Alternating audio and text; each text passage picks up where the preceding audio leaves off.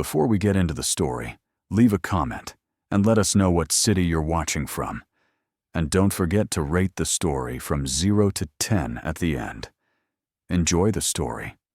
The charity hospital's fluorescent lights hummed with a relentless buzz, casting a sterile glow over faded linoleum floors and walls, the color of forgotten hope. Nurses hurried past in squeaking shoes, their faces etched with the exhaustion that came from double shifts and impossible choices. In a cramped office tucked behind the ER, Lily Crawford sat hunched over a stack of medical bills, her delicate fingers gripping a calculator like a lifeline. 26 years old, dark auburn hair pulled into a messy bun, wearing scrubs 2 sizes too large because they were hand-me-downs from a retiring nurse. She had the kind of beauty that poverty tried to hide but couldn't quite erase. High cheekbones, expressive hazel eyes that flickered between determination and desperation, and a stubborn tilt to her chin that said she'd been knocked down before, but always got back up. "Miss Crawford?" A voice broke through her concentration. Dr. Peterson, the hospital administrator, stood in the doorway, his expression grim. "We need to talk about your grandmother's account." Lily's stomach dropped. She knew this conversation was coming, had been dreading it for weeks. "I'm working on it," she said quickly, her voice steadier than she felt. "I've picked up extra shifts at the diner, and I'm selling some things, and the bill is $87,000. Dr. Peterson's words landed like stones in still water. "Your grandmother needs dialysis 3 times a week. Without it—" He didn't finish. He didn't have to. Lily bit the inside of her cheek hard enough to taste copper. "How long do I have?" 2 weeks. "I'm sorry, Lily. I've stretched this as far as I can." After he left, Lily pressed her forehead against the cool desk surface and let herself have exactly 30 seconds of despair. 30 seconds to imagine a world where she wasn't drowning in medical debt, where her grandmother, the woman who raised her after her parents died, who taught her to be strong, to be kind, to never give up, could get the care she deserved without Lily having to sell her soul. Then the 30 seconds were up. She straightened, wiped her eyes with the back of her hand, and got back to work. That's when her phone buzzed. An unknown number. "Hello? Is this Lily Crawford?" The voice was male, smooth, with the kind of professional polish that came from expensive education and even more expensive suits. "Who's asking?" "My name is Julian Mercer. I represent the Hawthorne family. I have a proposition that may interest you." Lily's first instinct was to hang up. Nothing good ever came from strangers with propositions. But something in his tone made her pause. Not kindness exactly, more like efficiency. The sound of someone who didn't waste time on things that weren't worth his attention. "I'm listening. Not over the phone. Can you meet me at the Belmont Hotel, Suite 1807, tomorrow at noon?" The Belmont? Lily almost laughed. That was the kind of place where doormen wore white gloves and a cup of coffee cost more than her hourly wage. "I don't think so." "Your grandmother's medical bills total $87,312. I'm prepared to offer you a solution." Lily's blood ran cold. "How do you know about that?" "Noon tomorrow, Miss Crawford. Don't be late." The line went dead. That night, Lily lay awake in the tiny apartment she shared with her grandmother, staring at water stains on the ceiling and trying to convince herself not to go. This had all the hallmarks of a scam, or worse. Rich people didn't just hand out money to strangers. There was always a catch. But $87,000. The number circled in her mind like a vulture. What could they possibly want from her that she had to give? By morning, desperation had won. She put on the only professional outfit she owned, a navy dress with a small stain near the hem that she'd tried to cover with a safety pin, and rode 3 buses to get to the Belmont Hotel. The lobby was exactly as intimidating as she'd imagined. Marble floors, crystal chandeliers, and people who looked like they'd never worried about anything more serious than which yacht to take to the Hamptons. Lily felt every eye on her as she approached the elevator, her second-hand heels clicking too loudly against the polished stone. Suite 1807 had double doors and a brass knocker shaped like a lion's head. Before she could touch it, the door swung open. Julian Mercer looked exactly like his voice sounded. Mid-40s, silver-touched hair, a suit that probably cost more than her yearly salary, and eyes that assessed her in less than 2 seconds. "Miss Crawford, thank you for coming. Please." He gestured inside. The suite was larger than her entire apartment. Floor-to-ceiling windows overlooked the city, leather furniture arranged with geometric precision, and a bar cart that held bottles older than she was. "Can I offer you something to drink?" "I'd rather you just tell me what this is about." Julian's lips curved in something that wasn't quite a smile. "Direct. I appreciate that. Please, sit." Lily perched on the edge of a chair, her back ramrod straight, hands folded in her lap to hide their trembling. Julian sat across from her, crossed one leg over the other, and opened a leather portfolio. "The Hawthorne family is one of the wealthiest in the country. I assume you've heard of them?" "I've seen the name." In reality, Lily had seen it on buildings, in newspapers, attached to scandals and achievements in equal measure. Old money, the kind of rich that made other rich people feel poor. Alexander Hawthorne is the current head of the family business. 32 years old, Harvard-educated, controls a business empire worth approximately $8 billion. Julian paused, his gaze sharp. "He was in a car accident 6 months ago." "I'm sorry," Lily said automatically, though she had no idea why she was being told this. "The accident left him paralyzed from the waist down. Doctors say it's unlikely he'll ever walk again." Julian's tone remained clinical, as if discussing stock portfolios rather than a man's life. "The family has concerns." "What kind of concerns?" "Alexander's grandfather wrote a very specific will before he died. To inherit full control of the Hawthorne estate and business, Alexander must be married by his 33rd birthday. That's in 8 weeks. Lily blinked. "That's archaic. The Hawthornes are an old family. The grandfather believed marriage demonstrated stability, maturity, responsibility. He didn't account for Alexander's accident, obviously. Now the situation is complicated. I still don't understand what this has to do with me." Julian leaned forward, his expression intense. "Alexander needs a wife, a marriage that meets the legal requirements, but remains purely contractual. After the inheritance is secured, you would divorce quietly and be compensated for your time." The room tilted. Lily gripped the armrests of her chair. "You're asking me to marry a stranger?" "I'm offering you a solution to your financial crisis." He slid a document across the table. "All medical bills paid immediately. An additional $200,000 upon completion of the 6-month contract period. Full NDA, naturally. You'd live in the Hawthorne estate, appear at necessary public functions, and maintain the appearance of a legitimate marriage. In private, you'd have your own quarters and your own life. $200,000, plus her grandmother's bills paid." Lily's vision swam. That kind of money would change everything.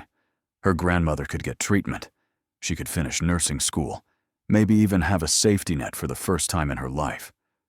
"Why me?" she whispered. "Alexander's condition makes him unappealing to women in his social circle. They want romance, passion, a real marriage. We need someone practical, someone who understands. This is a transaction." His gaze raked over her, not sexual, but assessing. Someone who needs the money enough not to ask too many questions. The words stung, probably because they were true. Lily looked at the contract, the numbers swimming before her eyes. I need to think about it. You have until tomorrow morning. After that, we'll find someone else. Julian handed her a business card. I suggest you consider what you stand to lose if you refuse. The bus ride home felt like moving through a dream. Lily kept touching her purse where the business card sat, a small rectangle of potential salvation or disaster. That night, she sat beside her grandmother's bed. Martha Crawford was asleep. Her breathing labored even with the oxygen cannula. Her face, once full of laughter and life, had become a terrain of illness and age. Lily took her grandmother's hand, gently. I don't know what to do, Gram, she whispered. They're offering me a way out, but it feels like I'd be selling myself. Is that what you raised me to do? Her grandmother didn't answer, of course, but in the silence, Lily heard all the lessons from her childhood. Do what you have to do to survive. Be strong. Protect the people you love. She pulled out her phone and dialed before she could change her mind. Julian Mercer. It's Lily Crawford. I'll do it. I'll marry him. The silence on the other end of the line lasted exactly 3 seconds. Then Julian's smooth voice returned. Not surprised, not pleased, just efficient. Excellent decision, Miss Crawford. I'll have my assistant send over the preliminary documents tonight. Be at the Hawthorne estate tomorrow at 10 a.m. Bring essentials for a 2-week stay. We'll handle everything else. Wait, 2 weeks? I have work, You'll be compensated for lost wages. Your grandmother's care will begin immediately. A private ambulance will transport her to Mercy General Hospital tomorrow morning. They're expecting her. Lily's throat tightened. Mercy General, the best hospital in the city. The kind of place where they used the word suite instead of room, and where patients had views instead of views of brick walls. Just like that? Just like that, Miss Crawford. When you marry a Hawthorne, things happen quickly. The line clicked dead before she could respond. That night, Lily didn't sleep. She packed a small duffel bag, unsure what someone brought to marry a paralyzed billionaire. Her nicest clothes seemed too shabby, her casual clothes too casual. In the end, she threw in jeans, a few blouses, and the navy dress she'd worn to the meeting, then sat on her bed, staring at the bag like it might explode. What had she agreed to? She knew nothing about Alexander Hawthorne, except that he was rich, paralyzed, and desperate enough to pay a stranger to marry him. The internet offered scattered information, articles about business deals, blurry photos from charity events before the accident, showing a tall man with dark hair and a face that cameras loved. Then the accident coverage, paparazzi shots of him being wheeled from hospitals, his expression hidden behind sunglasses, and anger. The comment section was brutal. Poor guy. Can't walk, probably can't do anything else either. Bet he'll die alone. What woman would want half a man? Lily closed her laptop, feeling sick. Whatever else he was, Alexander Hawthorne was still a person who'd had his life shattered through no fault of his own. Maybe that's why she was doing this. Not just for the money, but because she understood what it felt like to be trapped in a situation you didn't choose, fighting just to survive another day. The next morning, she watched as paramedics carefully loaded her grandmother into the cleanest ambulance she'd ever seen. Martha was semi-conscious, confused, reaching for Lily's hand. Where are we going, sweetheart? Somewhere better, Gram. Somewhere you'll get the best care. She kissed her grandmother's papery cheek. I promise I'll visit every day. You're a good girl, Lily. Your parents would be so proud. The words nearly broke her. As the ambulance drove away, Lily stood on the sidewalk and let herself have another 30 seconds of doubt. Then she picked up her duffel bag and climbed into the black town car that Julian had sent. The Hawthorne estate sat on 12 acres of manicured perfection 40 minutes outside the city. Stone walls, an iron gate that required a security code, and a driveway that wound through gardens that probably employed more people than worked at the charity hospital. The house itself, mansion seemed too small a word, was a combination of old money, elegance, and modern architecture. Cream-colored stone, tall windows, columns that would have looked pretentious anywhere else but here, seemed natural. Lily's hands were sweating as the car stopped in front of marble steps. A woman in her 50s appeared, dressed in what Lily would learn was the universal uniform of wealthy household staff. Tasteful, expensive, and designed to be simultaneously invisible and indispensable. "Miss Crawford, I'm Helen Marsden, the house manager. Welcome to Hawthorne Hall." She made it sound like an invitation rather than a prison sentence. "Thank you." Lily climbed out, acutely aware of her cheap duffel bag and scuffed shoes. "Mr. Hawthorne is expecting you in the solarium, if you'll follow me." The interior was exactly what she expected. High ceilings, art that was probably worth more than her life, furniture that whispered rather than shouted its expense. Lily tried not to gape like a tourist. Helen led her through a series of hallways to a glass-enclosed room filled with light and greenery. And there, silhouetted against floor-to-ceiling windows, sat Alexander Hawthorne in a wheelchair. Lily's first thought was that the paparazzi photos hadn't done him justice. Dark hair slightly too long, sharp cheekbones, and eyes the color of storm clouds. He wore a simple black sweater and dark slacks, and even sitting down, there was something commanding about his presence. His gaze found her immediately, cataloging her with the same clinical assessment Julian had used. "You're late," he said. His voice was colder than she expected. Not angry, just empty. "It's 10 o'clock. You said 10. I said 10. That means you should have arrived at 9:45. Lily felt her spine straighten, the same instinct that had gotten her through years of being underestimated. "I'll make a note for next time." One dark eyebrow rose. "Will you?" Not a question. A challenge. They stared at each other for a long moment. Then Alexander gestured to a chair. "Sit." "Please," Lily said sweetly, not moving. "Excuse me?" "Sit, please." That's how people usually ask. His jaw tightened.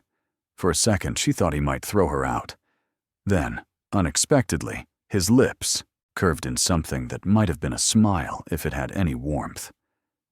"Sit. Please."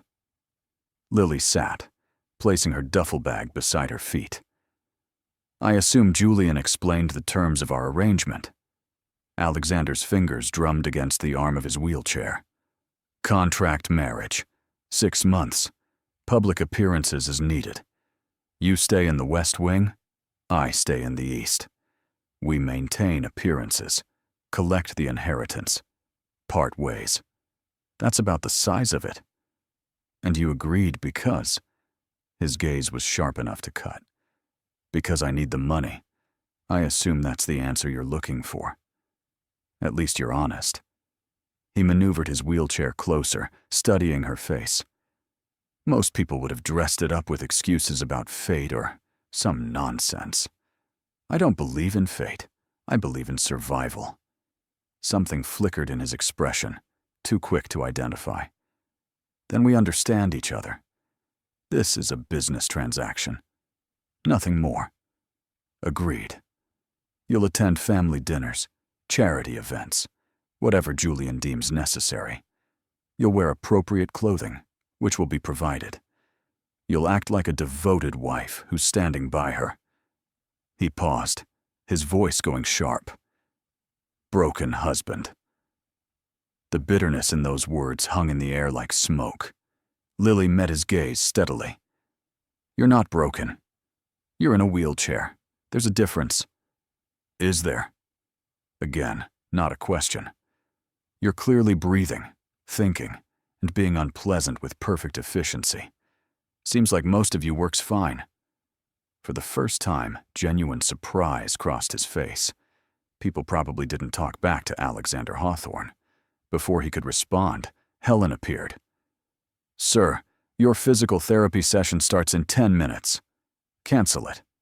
"Sir? I said cancel it." The temperature in the room dropped 20 degrees. Helen's lips pressed thin, but she nodded and disappeared. Alexander turned back to Lily. "Helen will show you to your rooms. The wedding will be in 1 week. Small ceremony, immediate family only. Then a larger reception next month. Try not to embarrass me." With that, he wheeled himself toward a different door, leaving Lily alone in the solarium. She exhaled slowly. Well, this was going to be even harder than she'd thought.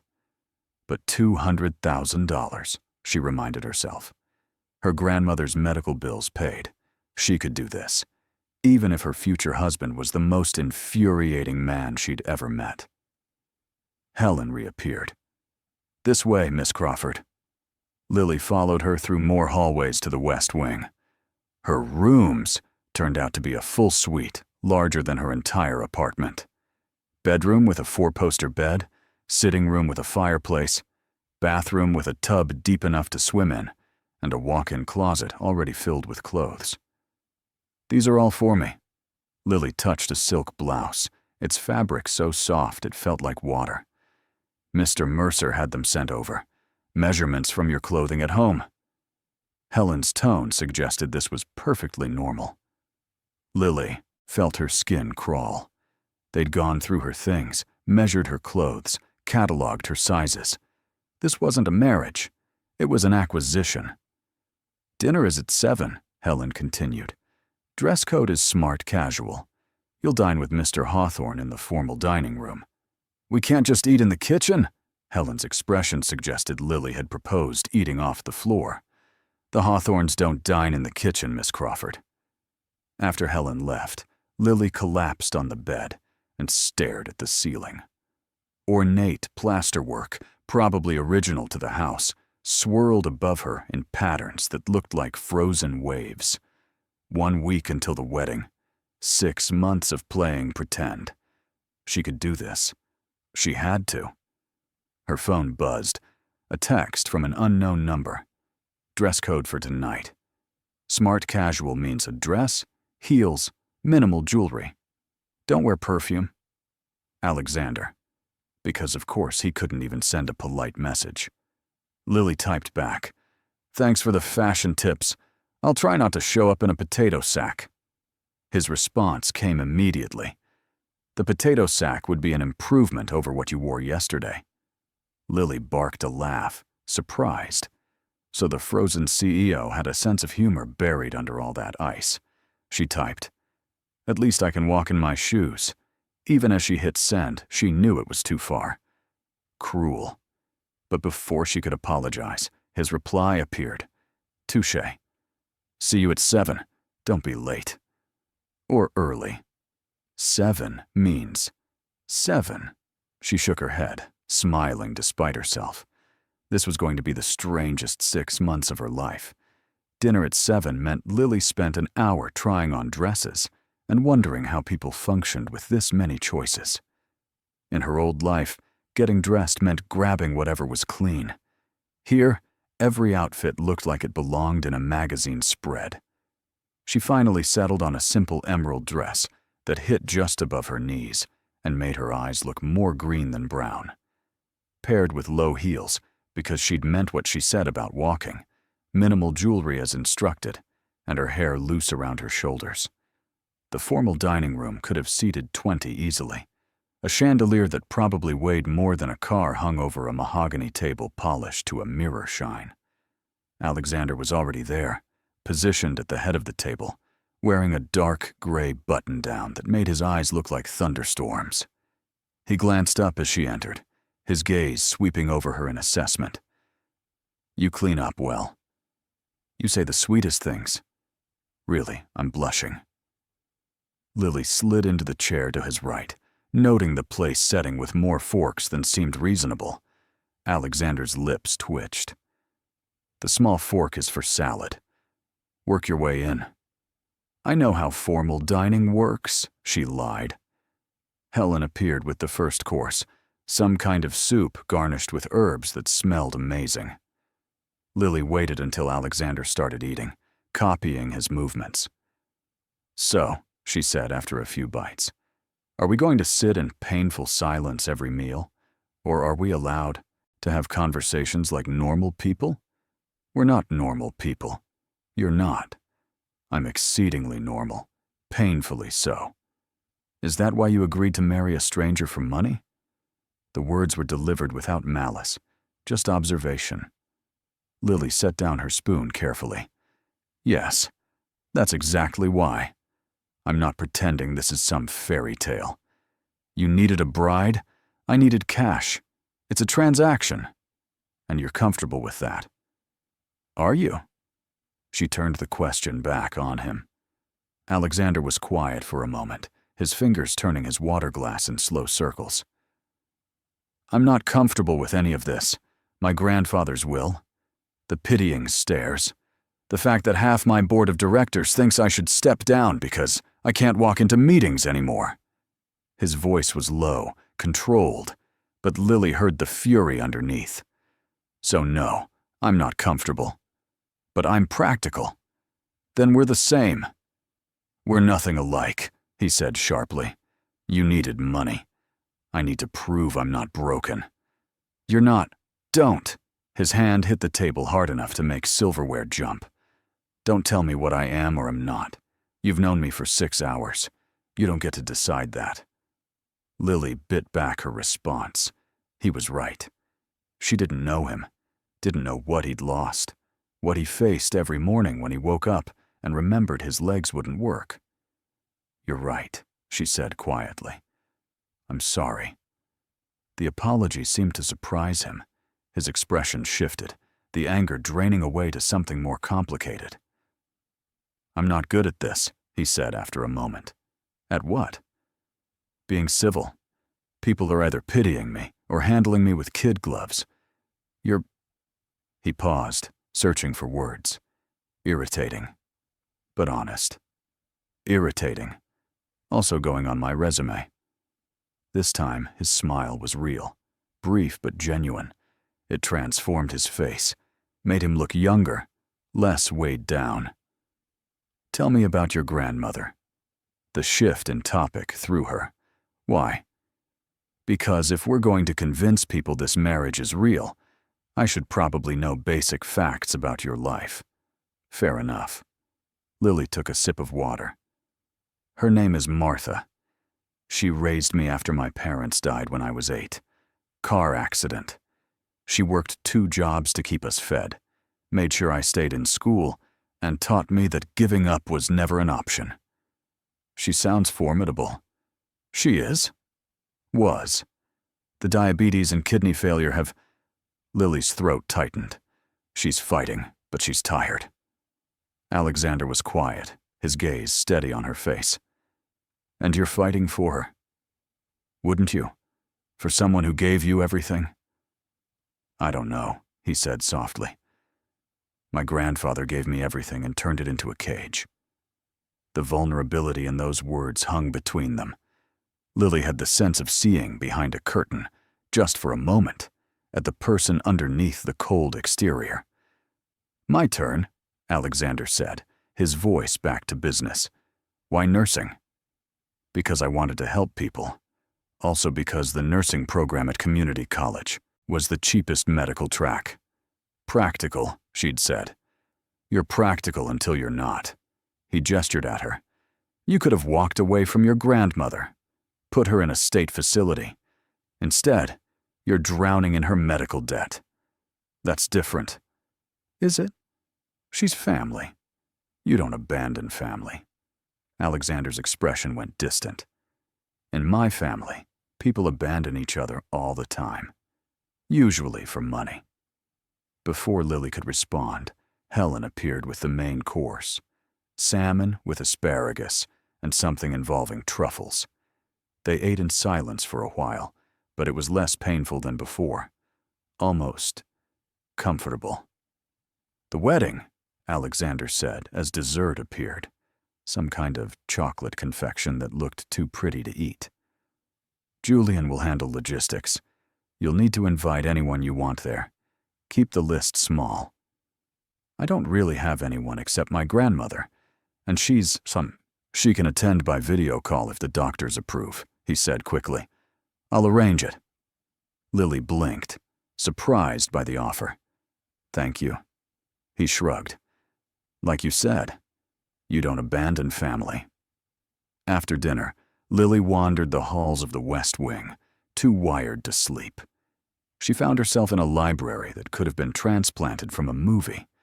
2 stories of books, a rolling ladder, leather chairs positioned near a fireplace that probably actually worked. She was reaching for a worn copy of Jane Eyre when a voice came from behind her. You read? Lily jumped, spinning to find Alexander in the doorway.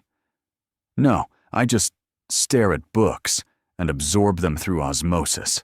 Very efficient. Sarcasm seems to be your default setting. It's a defense mechanism, keeps people at a distance. She pulled the book from the shelf. Do you mind if I borrow this? The library is for use. He wheeled closer, scanning the shelves with the ease of someone who knew them well. Bronte, interesting choice. You've read it? Twice. Once when forced to in school. Once when He paused. After the accident, it felt appropriate. Lily understood. Jane Eyre, the plain governess who falls for the difficult, damaged Rochester. Did it help? No. Books don't fix reality. He selected a book from a lower shelf, something with a cracked spine and faded cover. But they make it bearable for a while. They stood there, 2 people who'd agreed to bind their lives together for money, surrounded by stories of grand passions and noble sacrifices. The irony wasn't lost on Lily. We should both get some sleep, Alexander said finally. Big day tomorrow. Blood tests, marriage license, meeting with the family attorney. Sounds romantic. Romance was never part of the contract. No, Lily agreed. It wasn't. But as she walked back to her room, book in hand, she found herself thinking that maybe that was a good thing. Romance led to heartbreak. This was just business. Safer. Simpler. So why did she feel disappointed? The next 5 days passed in a blur of preparations. Leor met with a stylist who transformed her into something that looked like it belonged in Alexander's world. Hair professionally colored, to deepen the auburn, nails manicured, makeup lessons so extensive, she felt like she was training for Broadway. She met the family attorney, a man who spoke in clauses and subclauses, and signed so many documents her hand cramped. She visited her grandmother every day at Mercy General, marveling at how much better she looked with proper care. You look happy, sweetheart, Martha said one afternoon, her voice stronger than it had been in months. I am, Graham. It wasn't entirely a lie. Tell me about this man you're marrying. Alexander, yes? Is he good to you? Lily thought about Alexander's sharp tongue, his refusal of pity, the way he'd arranged for Martha to watch the wedding remotely without being asked twice. He's complicated, but he's not cruel. That's a start. Martha squeezed her hand. Your grandfather was complicated too. Nearly drove me crazy.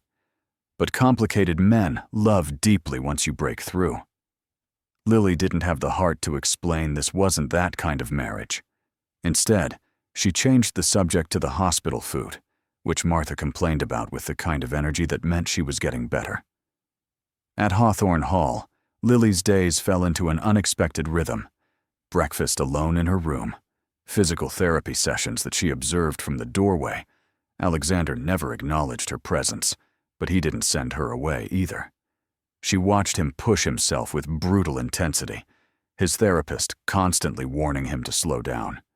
I don't have time to slow down, he'd snap. The wedding is in 3 days, and I'll stand for it if it kills me. Sir, your spine. I know what's wrong with my spine. I was there when it shattered. After one particularly intense session, Lily found him alone in the therapy room, breathing hard, his face pale with pain. "You're going to hurt yourself," she said from the doorway. "So what?" He didn't look at her. "Better to hurt trying than give up. Or you could accept help." "From who? You?" His laugh was bitter. "You're here for money, remember? Let's not pretend this is about helping me." The words stung because they were partially true, but only partially. "Fine." Lily turned to leave, then stopped. "For what it's worth, I don't think you're broken. I think you're stubborn, arrogant, and hell-bent on proving something that doesn't need proving. But not broken." She left before he could respond. That evening, for the first time, Alexander didn't come to dinner. Helen brought Lily her meal in the library, explaining that Mr. Hawthorne wasn't feeling well. "Is he all right?" Lily asked, trying to sound casual. "He overexerted himself," Helen said with the kind of long-suffering tone that suggested this was habitual. "His doctor prescribed rest. He prescribed ignoring his doctor." After Helen left, Lily stared at her untouched food. She told herself it wasn't her problem. Alexander Hawthorne was a grown man who made his own choices. This was just a business arrangement. She owed him nothing beyond the contract. 10 minutes later, she was standing outside his suite in the East Wing, holding a tray. Before she could knock, his voice came from inside. "Go away, Helen." "Not Helen." Silence. Then, "Come in." Alexander's suite was darker than hers, decorated in grays and blacks, more modern than the rest of the house. He sat in his wheelchair by the window, still in his therapy clothes, looking exhausted. "You don't take orders well," he observed. "Neither do you. That's probably why we keep arguing." Lily set the tray on a table. "Helen said you didn't eat." "I'm not hungry." "Irrelevant. Your body needs fuel, especially if you're going to keep torturing yourself in physical therapy." She uncovered the plate. "Eat, or I'll feed you myself, and neither of us wants that." One corner of his mouth lifted. "Bossy." "Practical," she corrected. "I need you functional in 3 days. Can't marry a corpse. Terrible for the inheritance situation." He snorted. Then, to her surprise, wheeled over and picked up a fork. They sat in silence while he ate. Lily curled in a nearby chair, pretending to read her book. "Why are you still here?" Alexander asked after a while. "Told you. Making sure you eat." "You could have left the tray and gone." "Could have." She didn't elaborate. The silence stretched, but it wasn't uncomfortable. Outside, the sun set in shades of amber and rose, painting the room in gentle light. "I'm scared," Alexander said suddenly, his voice so quiet she almost missed it. Lily looked up. His gaze was fixed on the window, his profile sharp against the fading light. Of the wedding? Of standing. Failing. Having everyone watch me fail. His hands clenched the armrests of his wheelchair. "The doctors say it's impossible. My therapist says I'm in denial. But if I don't even try, then you'll always wonder," Lily finished softly. He turned to her, surprise flickering across his face. "Yes, then try. And if you fall, you fall. At least you'll know." "You make it sound simple." "It's not simple. It's terrifying. But you're not the only one who's scared." She hugged her book to her chest. "I'm terrified. I'm about to marry a man I barely know, move into his world where I don't belong, and pretend to be something I'm not. Every moment here, I feel like an imposter waiting to be discovered." "You don't look scared." "That's the point of armor." She met his gaze. "Yours is coldness. Mine is sarcasm. Same function." Something shifted in his expression. Understanding, maybe. "We're a mess, aren't we?" "Absolutely. This is going to be a disaster." "Probably." But he was almost smiling. "For what it's worth," Alexander said slowly, "you're not an imposter.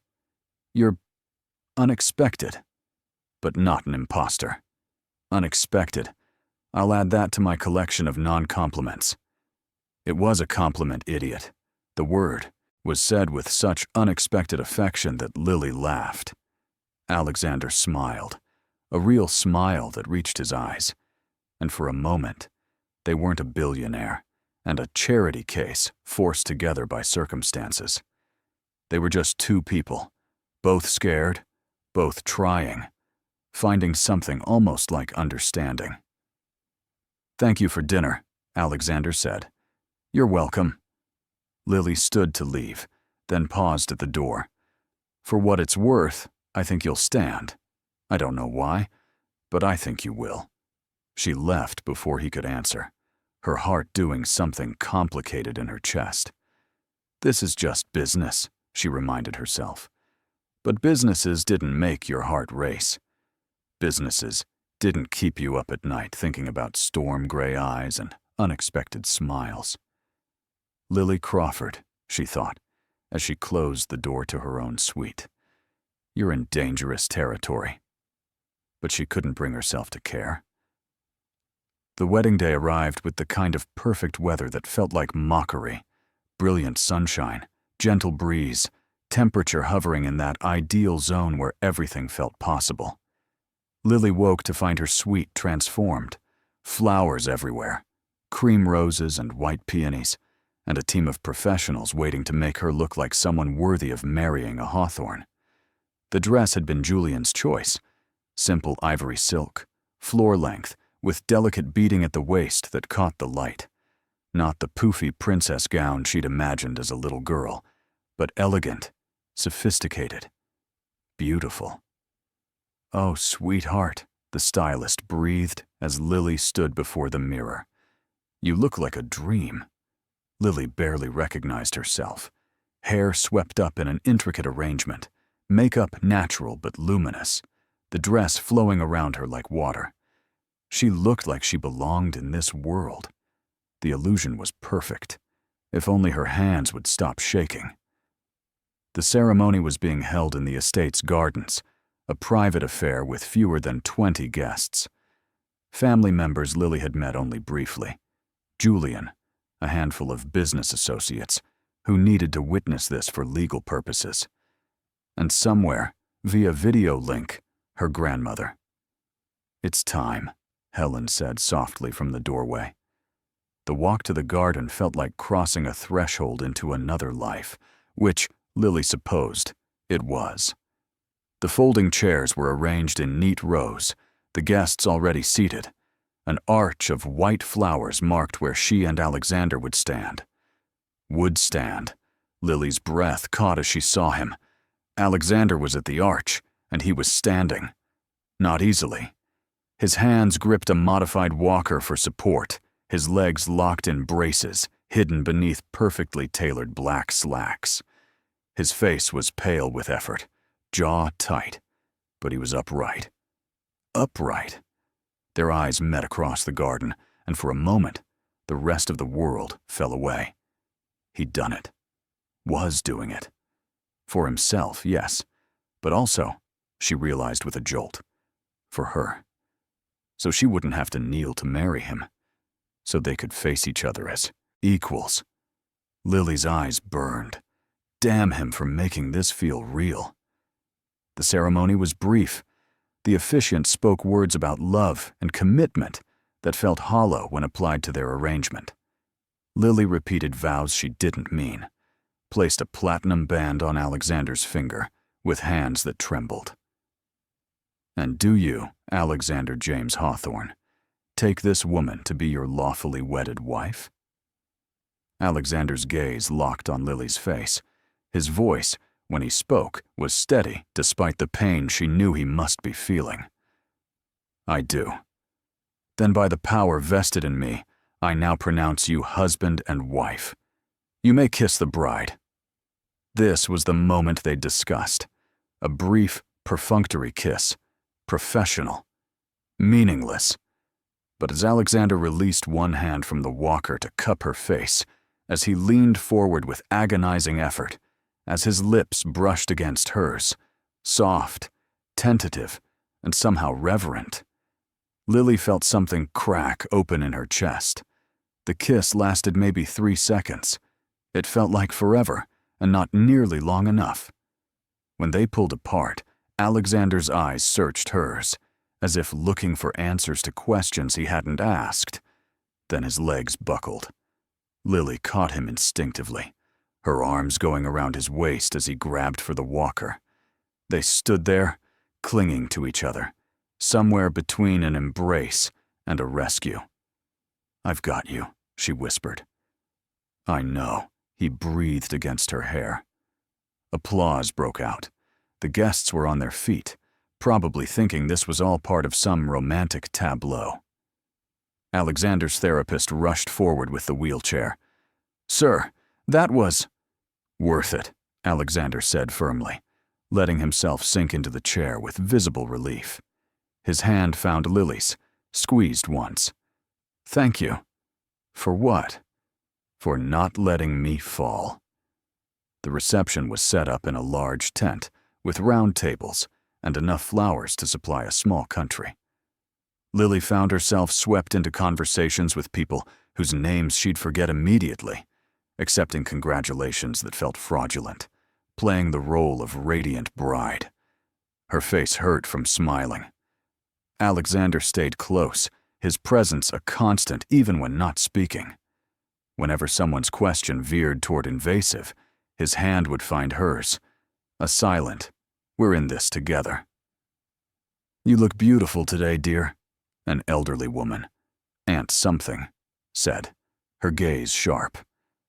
"Though this all happened rather quickly, didn't it?" "When you know, Lily replied, her voice bright. "And I knew the moment we met that Alexander was special." "How did you two meet?" This from a cousin whose name started with T. "Think, Parker." "At the hospital," Lily said, sticking close to truth. "I worked in healthcare. We met during one of Alexander's appointments. Not technically a lie, just missing some key details." "Love at first sight?" the cousin pressed. "More like irritation at first sight," Alexander interjected smoothly, his thumb rubbing circles on Lily's hand. "She told me I was being difficult. I told her she was impertinent. It escalated from there." The table laughed. Crisis averted. But Lily felt the weight of his hand, the casual intimacy of the gesture, and wondered when this had started feeling less like performance and more like real. Later, during the first dance, Alexander stayed in his wheelchair while Lily stood beside him. They discussed this awkward moment, how to navigate it. "I can kneel," she'd offered during planning. "Absolutely not," he'd said firmly. Now, as soft music played and guests watched, Alexander took her hand and pressed it to his heart. "Just this," he said quietly. "Just us." Lily knelt anyway, bringing herself to his eye level. "There. Now we're even." His eyes widened, then softened with something that looked dangerously like real emotion. "You're infuriating. You're impossible. Perfect match, then." He pulled her close, his forehead resting against hers, and they swayed gently to music that seemed written for people who loved each other. "This is pretend," Lily reminded herself desperately. Except it didn't feel pretend. It felt like the realest thing in her life. Later, much later, after the guests had left and the tent was being dismantled, Lily found Alexander alone on the terrace, staring at the stars. "Hell of a day," she said, sitting on the stone wall beside his wheelchair. "Hell of a day," he agreed. They sat in comfortable silence, the night air cool against her skin. "I couldn't have stood without you," Alexander said suddenly. "You did that yourself. I just provided moral support." "No," he turned to face her, his expression serious. "When I was standing there, legs screaming, everything in me wanting to give up, I looked at you, and I thought, she's fighting for her grandmother. She's fighting against a world that's tried to keep her down. The least I can do is stand for 10 minutes. Lily's throat closed. "Alexander, this isn't what I expected," he continued. "You're not what I expected. This was supposed to be simple, transactional, but you made it complicated." "Complicated how?" Her heart was racing. He reached out, his hand cupping her face with unexpected gentleness. "Like I'm starting to forget this is fake." The confession hung between them, dangerous and intoxicating. Lily should pull away, should remind him of the contract, the timeline, the fact that this would end in 6 months. Instead, she leaned into his touch. "What if we didn't?" she whispered. "Didn't what?" "Forget. What if we just let it be complicated?" Alexander's eyes darkened. "Lily, I'm not saying forever.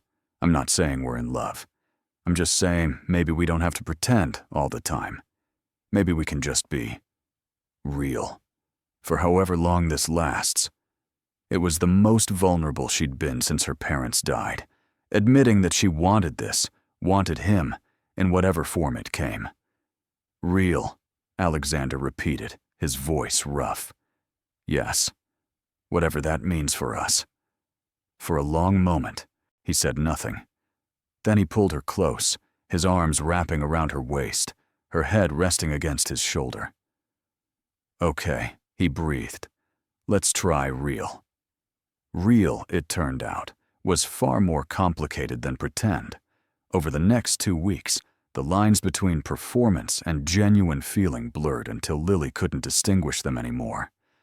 They had breakfast together in the sunroom, trading sections of the newspaper and arguing about politics with the kind of comfort that took most couples years to develop. Alexander accompanied her to visit Martha, sitting quietly while Lily held her grandmother's hand, occasionally answering Martha's questions about how he was treating her girl. "Like a princess," he'd said once, catching Lily's eye with a small smile. "A very argumentative princess." "All the best princesses are argumentative," Lily shot back.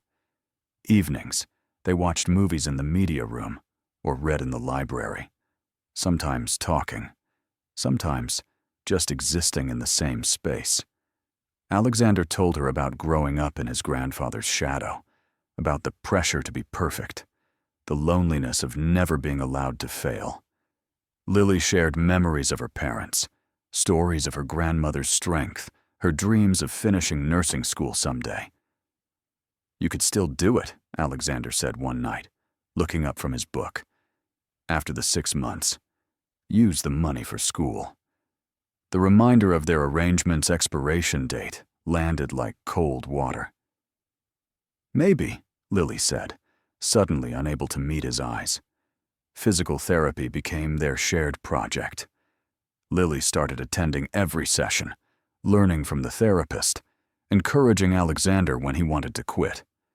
"Come on, 5 more, she'd urge as he struggled through exercises. "I can't.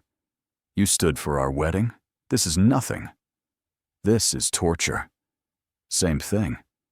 But he'd do the 5 more, and 5 after that, his eyes finding hers for strength. The touches increased, a hand on her lower back as they walked, or rather, as she walked, and he navigated his wheelchair through the gardens, his fingers brushing hair from her face at dinner, her hand resting on his shoulder while they watched the sunset from the terrace. Small intimacies that felt enormous. Then came the charity gala, their first major public appearance as a married couple. "You'll need to dance," Julian had warned during prep. "People will expect it." "I can't," Alexander started. "You can slow dance," the therapist interjected. "Stand with support. 3 minutes maximum. We've been working toward this." The gala was everything Lily had feared.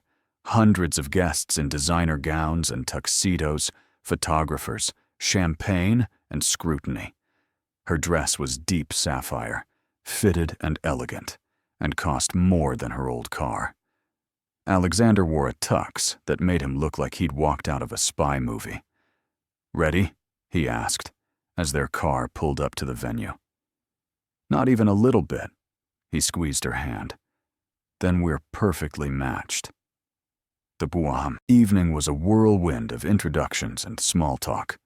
Lily played her part, smiling until her face ached, laughing at jokes that weren't funny, accepting congratulations from people who clearly wondered how someone like her had landed someone like Alexander.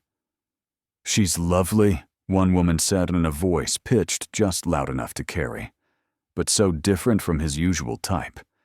"Maybe that's why it works," another replied. Lily felt Alexander tense beside her. Before she could reassure him, he turned his wheelchair to face the women directly. "You're right," he said clearly. "She is different. She's kind, genuine, and brave enough to speak her mind instead of hiding behind gossip. That is exactly my type." The women flushed and scurried away. Lily bit back a smile. "My hero.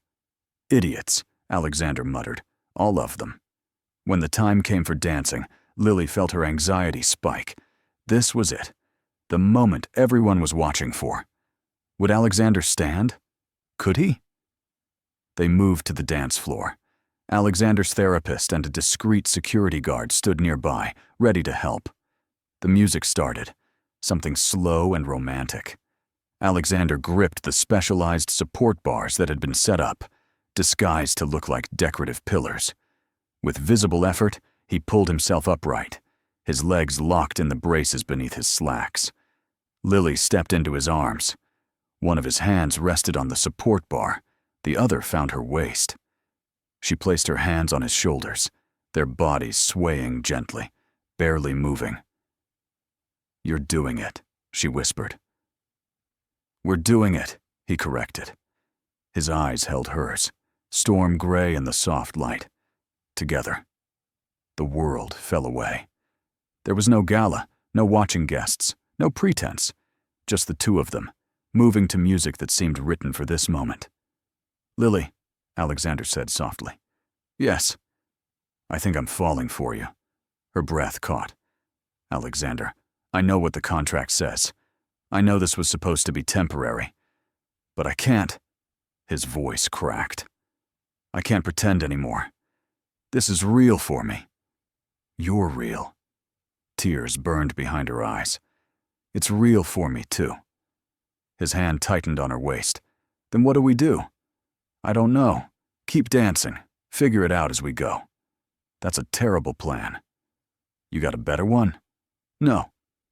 And then he kissed her, right there in the middle of the dance floor, in front of everyone. Not the careful performative kiss from their wedding, but something raw and real and desperate. Cameras flashed, guests gasped and applauded. The music swelled, and Lily Crawford kissed her husband back, not caring that this was supposed to be fake, not caring about the contract or the timeline or the fact that she was terrified. For the first time in her life, she let herself fall. When they finally pulled apart, Alexander's legs were shaking. Lily called for the wheelchair immediately, and he sank into it with relief. But he kept hold of her hand, his thumb tracing patterns on her palm. "No more pretending," he said firmly. "No more pretending," she agreed. They left the gala early, exhausted and exhilarated. In the car, Alexander pulled her close, and Lily let herself believe that maybe, just maybe, this accidental marriage might turn into something real. The first real relationship she'd had since her parents died. The first time she'd let someone past her armor.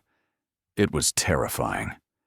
But as Alexander pressed a kiss to her temple, whispering, "Thank you for giving me a reason to stand," Lily thought that maybe being terrified was worth it, if this was what waited on the other side of fear. The next morning, Lily woke to find Alexander already gone from his suite. They still maintained separate bedrooms, though the distance felt increasingly absurd. She found him in the therapy room, working through exercises with a determination that bordered on obsessive. "You're up early," she observed from the doorway. "Couldn't sleep." He didn't stop his routine. "Too much on my mind." "Want to talk about it? About the fact that I confessed my feelings in front of 300 people? Or the fact that I have no idea what happens next?" Lily walked over, sitting on the bench beside his equipment. Both? Neither? We could just sit in awkward silence if you prefer. Despite himself, Alexander smiled. Always with the sarcasm. Defense mechanism. We've established this. She watched him work for a moment. Alexander, we don't have to have everything figured out. We can just take it one day at a time. I've never been good at that. I'm a planner. I need structure, control. And how's that working out for you? Terribly. Thanks for asking. He finished his set and wheeled over to her. But you're right. One day at a time, starting with today. What's today? Physical therapy. Then I thought we could visit your grandmother together. Lunch. Maybe a quiet evening without 300 people watching our every move. Lily smiled. That sounds perfect. The days that followed fell into a new rhythm. They stopped pretending the separate bedrooms made sense, and Lily started sleeping in Alexander's suite. Not anything beyond sleeping. They were both still navigating what this relationship actually was. But the intimacy of sharing space, of waking up next to each other, felt monumental. Martha's health continued to improve. She was scheduled to start dialysis on a regular schedule, with a possibility of transplant list placement. You've given her life back, Lily told Alexander one evening. We made a deal, he said simply. No, this is more than the deal. You've been kind. You visit her, you talk to her doctors, you make sure she has everything she needs. She touched his face gently. Thank you. You don't need to thank me. She's family now. Yours and mine. Family. The word settled into Lily's chest, warm and unexpected. They attended more events, played their roles. But now the roles were real. The touches weren't performance. The smiles were genuine. The way Alexander looked at her, like she was something precious and surprising, made her feel seen in a way she'd never experienced. 3 months into the marriage, Julian requested a meeting. They sat in Alexander's study, the attorney's expression unreadable. The board is satisfied, Julian announced. The marriage meets all requirements of the will. Once the 6-month mark hits, you'll have full control of the Hawthorne inheritance, Alexander. Good, Alexander said curtly. Julian's gaze shifted between them. Of course, the original agreement included dissolution of the marriage after 6 months. We should begin drawing up divorce papers. Divorce. The word hung in the air like poison. Lily felt her stomach drop. She'd been so focused on the present that she'd almost forgotten their arrangement had an expiration date. No, Alexander said firmly. Julian blinked. I'm sorry? No divorce papers. The marriage stands. Hope flared in Lily's chest, but she forced it down. This could just be about appearances, about not creating suspicion. Alexander, Julian said carefully. The contract was very specific. I don't care about the contract. Alexander's voice was steel. I care about my wife, and unless she wants a divorce, we're staying married. Julian turned to Lily. Miss Crawford? Mrs. Hawthorne, Alexander corrected sharply. Lily's eyes burned. I don't want a divorce either. Relief flooded Alexander's face. Julian looked between them, something like understanding dawning. I see. Well then, I'll inform the board that the marriage is permanent. After Julian left, Lily and Alexander sat in silence. Did you mean it? She finally asked. Every word. He rolled his wheelchair closer, taking her hands. I know this started as a transaction, but somewhere along the way, it became the realest thing in my life. I love you, Lily. Not as a convenience or an arrangement. I love you. The tears came then, hot and unstoppable. I love you too. God, I love you so much it terrifies me. Alexander pulled her into his lap, and she went willingly, wrapping her arms around his neck. We're a disaster, she laughed through her tears. The worst, he agreed. A fake marriage that turned real. A paralyzed CEO who learned to stand. A poor girl who became a Hawthorne. All terrible ideas, Lily said. Absolutely terrible. Want to make more terrible decisions together? For the rest of my life. The next 3 months passed in what Lily could only describe as unexpected joy. The kind she'd stopped believing existed after her parents died, after years of struggling just to survive. Alexander's physical therapy progressed. He wasn't running marathons, but he could stand for longer periods, take a few steps with assistance. Most importantly, he stopped seeing his wheelchair as a failure and started seeing it as simply another tool. "You were right," he told Lily one evening as they sat in the garden, watching fireflies dance between the roses. "About what?" "I wasn't broken, just rearranged." He squeezed her hand. "You helped me see that." Lily's life transformed in other ways, too. Alexander had insisted she finish her nursing degree, hiring tutors, and arranging her schedule around classes at the local university. "You were drowning in my world," he'd said, when she protested the expense. "This gives you something that's yours." She'd cried, overwhelmed by his thoughtfulness. Martha was placed on the transplant list and moved to a rehabilitation facility that looked more like a spa than a medical center. Lily visited 3 times a week, usually with Alexander. Her grandmother had stopped asking if they were really in love. The answer was written in every glance, every touch, every shared smile. "You found a good one," Martha said one afternoon, while Alexander was in the hallway, speaking with her doctors. "He's unexpected," Lily admitted. "The best ones are." Martha's eyes twinkled. "Your grandfather proposed to me at a bus stop in the rain. I thought he was insane. Turned out he was just determined." "Alexander's definitely determined. He loves you. Anyone with eyes can see it." "I love him too, Graham. So much it scares me sometimes." "Love should scare you a little. Means it matters." It mattered. God, it mattered more than anything. But just when Lily started to believe in happy endings, the past came calling. It started with a phone call. Alexander was in a board meeting, and Lily was studying in the library when her phone rang. Unknown number. "Hello." "Lily Crawford?" A woman's voice, sharp and cultured. "It's Lily Hawthorne now," she corrected automatically. "Of course it is." The voice dripped condescension. "This is Victoria Ashford, Alexander's ex-fiancée." Lily's blood ran cold. She knew the name. Victoria Ashford, daughter of a real estate empire, had been engaged to Alexander before his accident. She'd broken it off 3 weeks after he came home from the hospital in a wheelchair. "What do you want?" "To meet. There are things about your husband you should know." "I'm not interested in the Mercer Hotel. Tomorrow, 2 p.m., coffee shop. Come alone or don't come at all.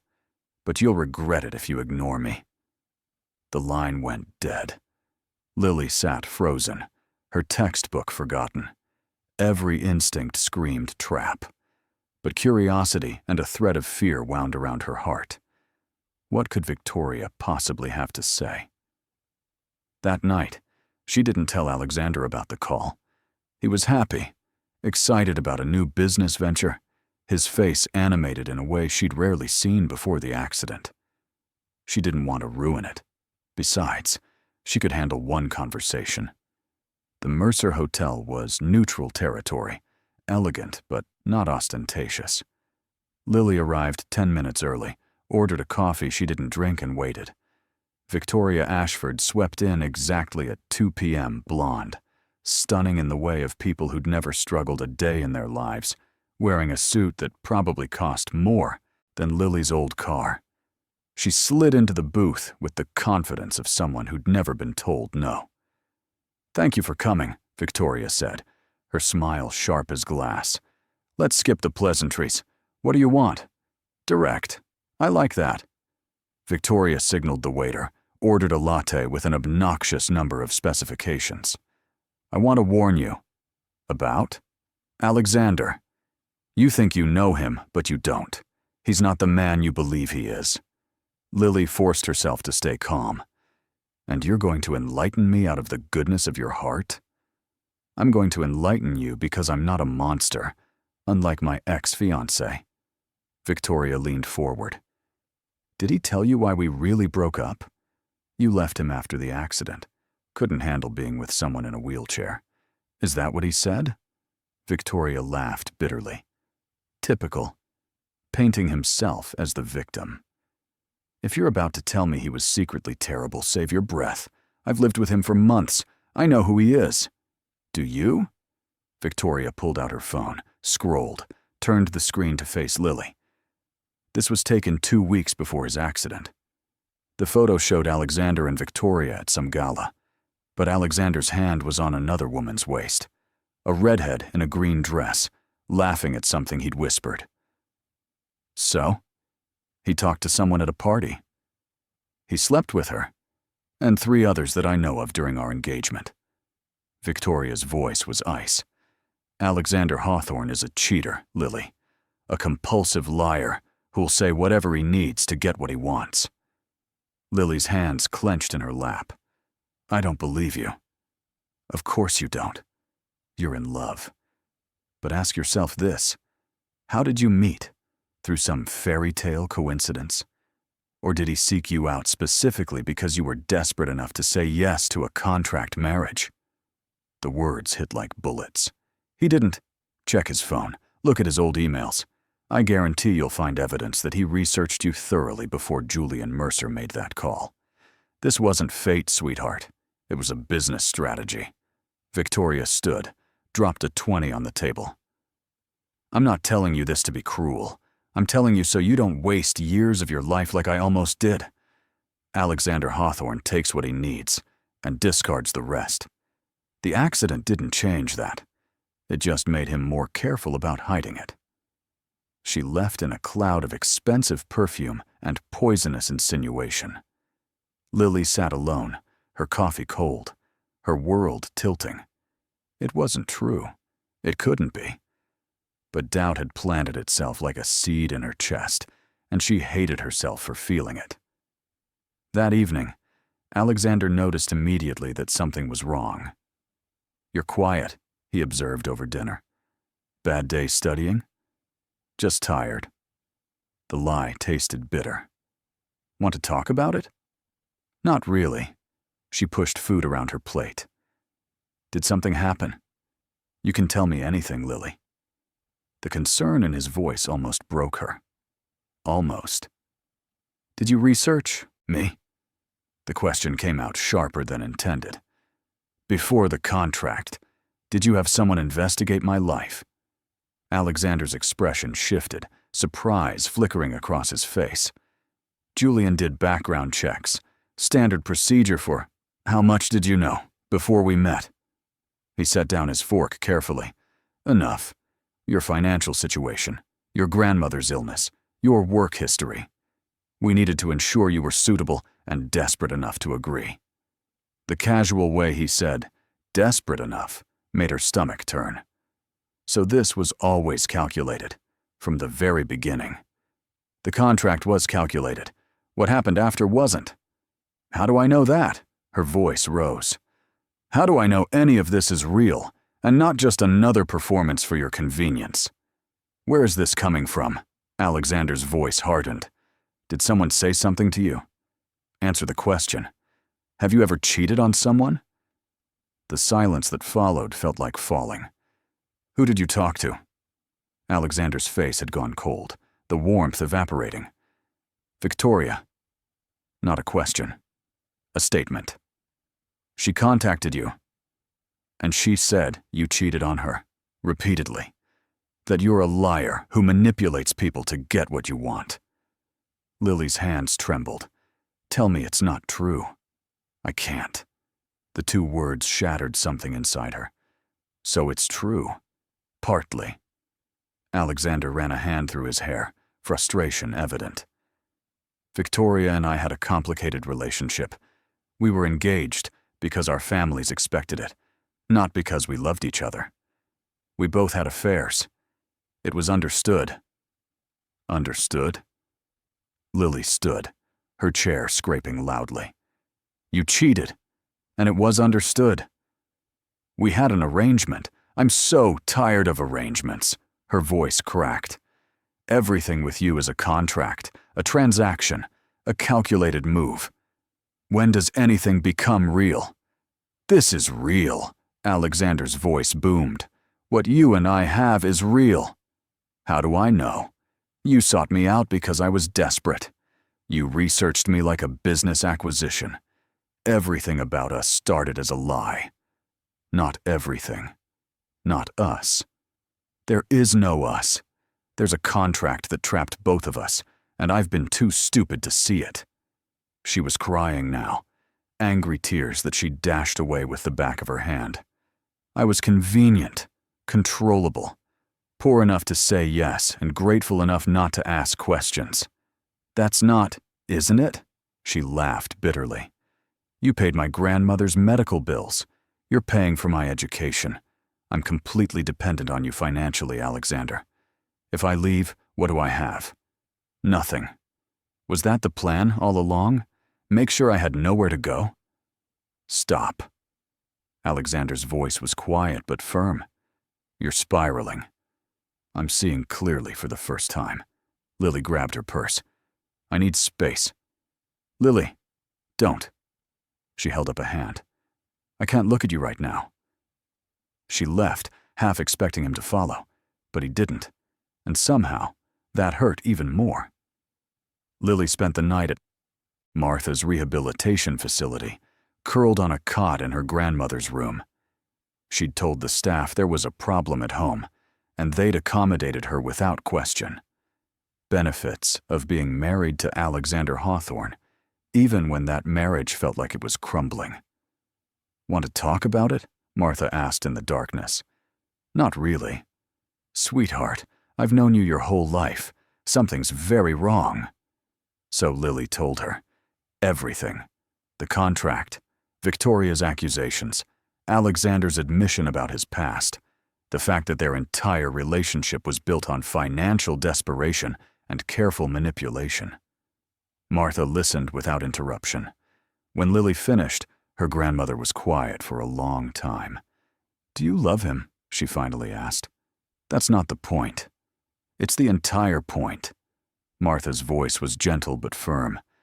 Every relationship starts with something, a chance meeting, a blind date, mutual friends. Yours started with a contract. So what? What matters is what it became. But how do I trust it? How do I know anything is real? Because you live it every day. You've spent months with this man, Lily.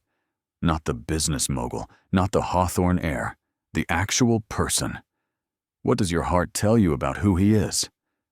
Lily thought about Alexander's determination in physical therapy, the way he made sure Martha had the best care, how he'd encouraged Lily to finish her degree, giving her independence rather than keeping her dependent.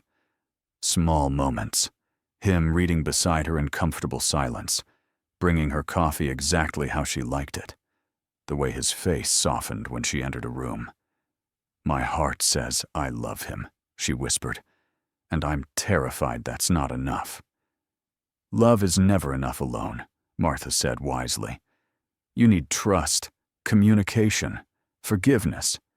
But love is where it starts. The question is, do you believe he loves you back? I don't know anymore. Then ask him, really ask, not in anger. Ask and listen. Morning came too quickly. Lily's phone had 17 missed calls from Alexander, 12 texts, each increasingly desperate. Please come home. We need to talk. I'm sorry. Just tell me you're safe. The last one simply said, I love you. Always have. Figure out if you believe that. She returned to Hawthorne Hall around noon. The house felt empty despite its size. She found Alexander in his study, looking like he hadn't slept. Dark circles under his eyes, hair disheveled, still wearing yesterday's clothes. You came back, he said, relief flooding his face. I live here, contractually. The words were petty, meant to hurt.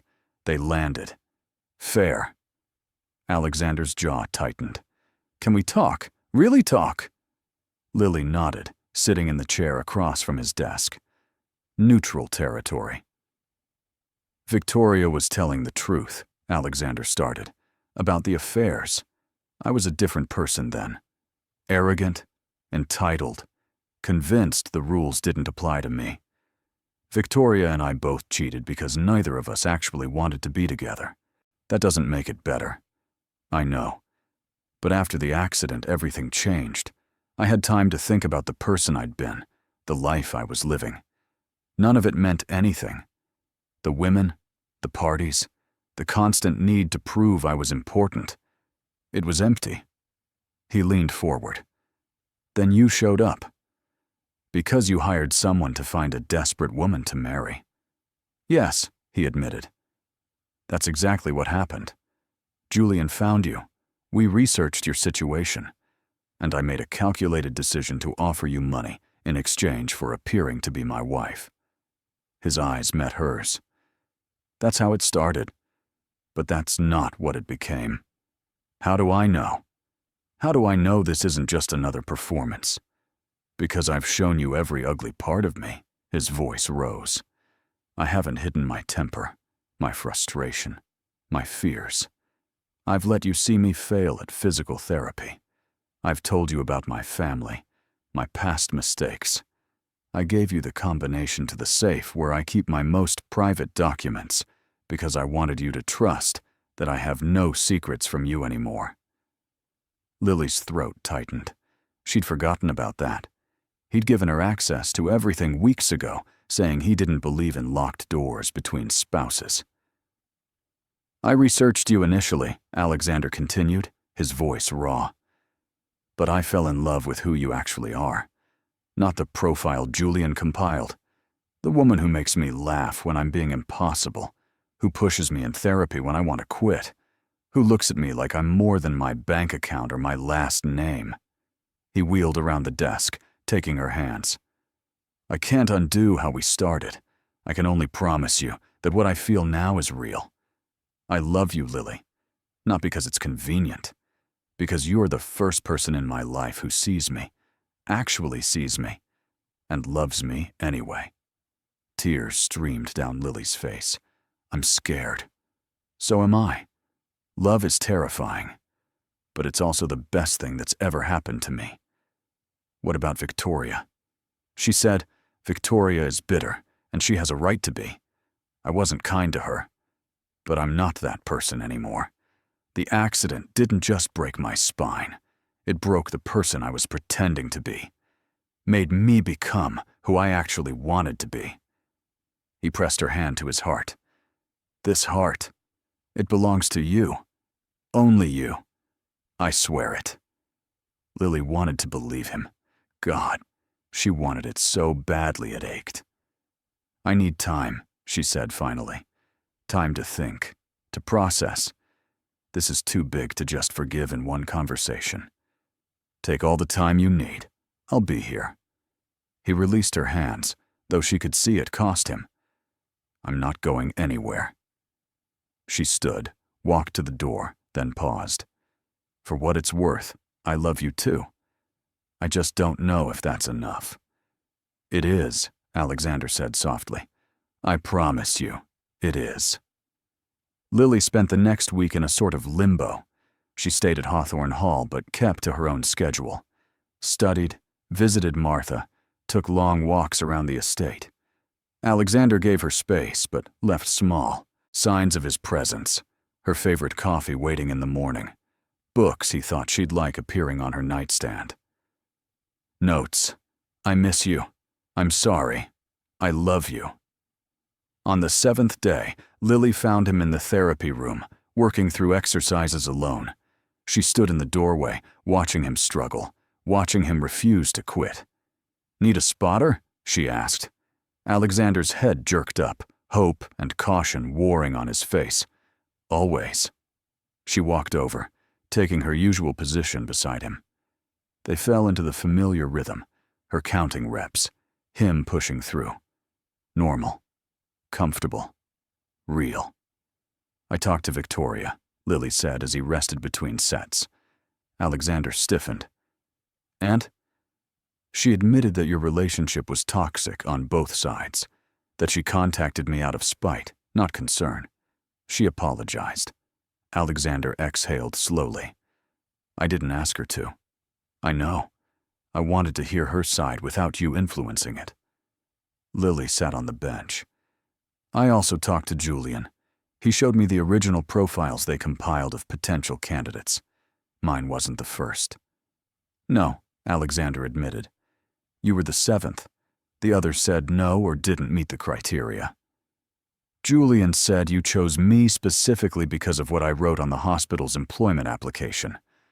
My answer to the question about why I wanted to work in healthcare. Lily's throat tightened. Do you remember what I wrote?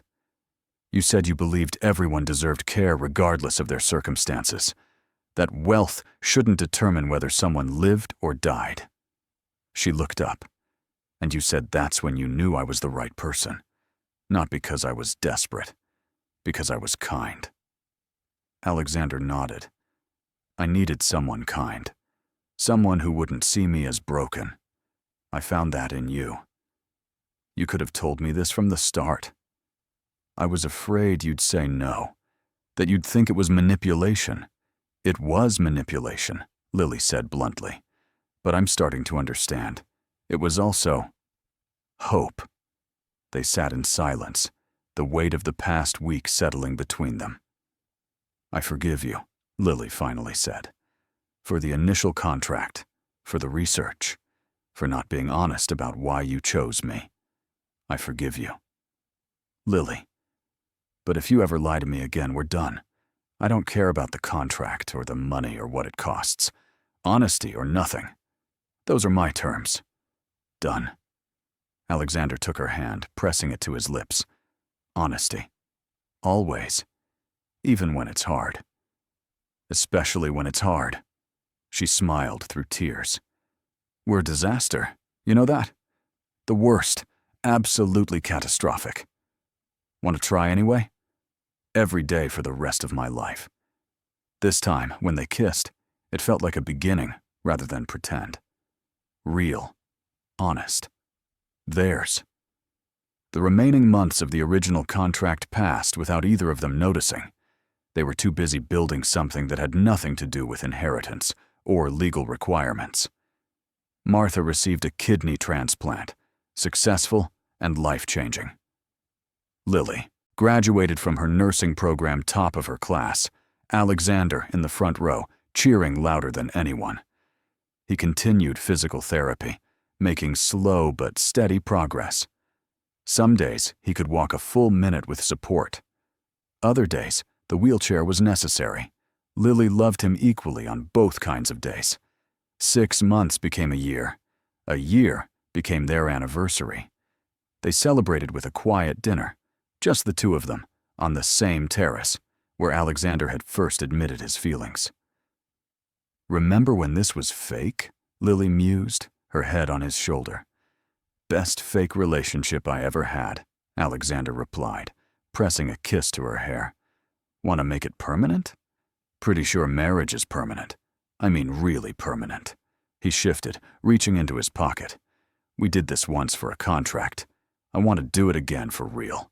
He held out a ring. Not the platinum band from their first ceremony, but an antique sapphire surrounded by diamonds. This was my mother's, Alexander said quietly. The only thing of hers I kept. I'd like you to have it. Not because of inheritance or appearances. Because I choose you every single day. Will you marry me? Again? For real this time? Lily laughed through tears. You're proposing to your own wife? I'm proposing to the woman I love. The wife thing is just a bonus.